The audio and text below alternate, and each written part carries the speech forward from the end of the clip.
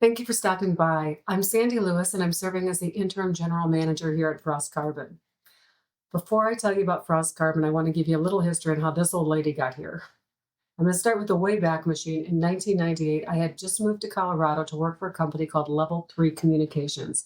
That was right after WorldCom bought MCI and a few years before that dot-com bubble burst. I remember sitting in those early all-hands meetings with Jim Grow. He was our CEO, and he started talking about something called a virtuous cycle. He walked us through Moore's Law, which basically says you can pack more transistors onto a chip every couple of years, which drives compute power up and it drives costs down. Driving costs down creates innovation, and on it goes. And then Jim says Moore's Law applies to telecom. And he told us, your job is to drive quality up while driving costs down. But if you do that, here's what's going to happen. With a lower cost of bandwidth, there will be more demand. More demand will drive more innovation, and on and on and on it goes.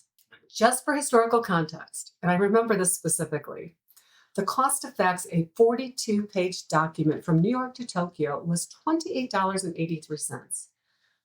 By comparison, the cost to email a digital 42-page document was only 9.5 cents. I know 9.5 cents is a lot of money.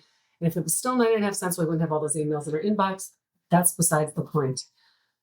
It was the difference between analog and digital. And it was revolutionary. And it didn't sound like this. And what came next, we called the telecom nuclear winter. People lost their jobs. Companies went bankrupt.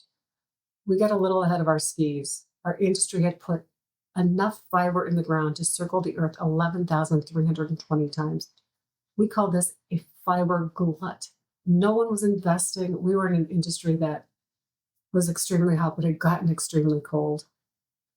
And then right in the middle of that, we decided to start up Zayo. So it was Dan Caruso, John Sperano, Matt Erickson, and I, right above Nick and Willie's in 2007, and people thought we were crazy. But Dan had that contrarian instinct. He rejected the idea that there was too much fiber. He rebranded it bandwidth infrastructure. And you know what? He was right.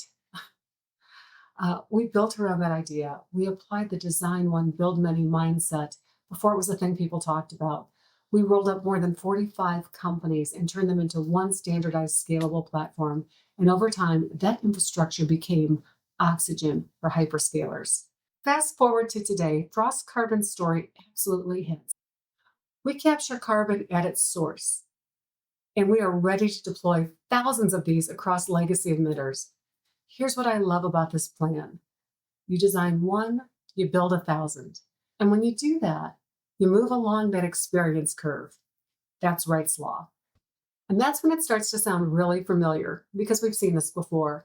Lower cost open up more use cases, more deployment drives more learning, and that learning keeps pushing costs down. It's the same kind of flywheel we saw in chips and we saw in telecom. Therefore, we're not reinventing the system every time. And if we get this right, scale will do what scale does, and we will make climate change history.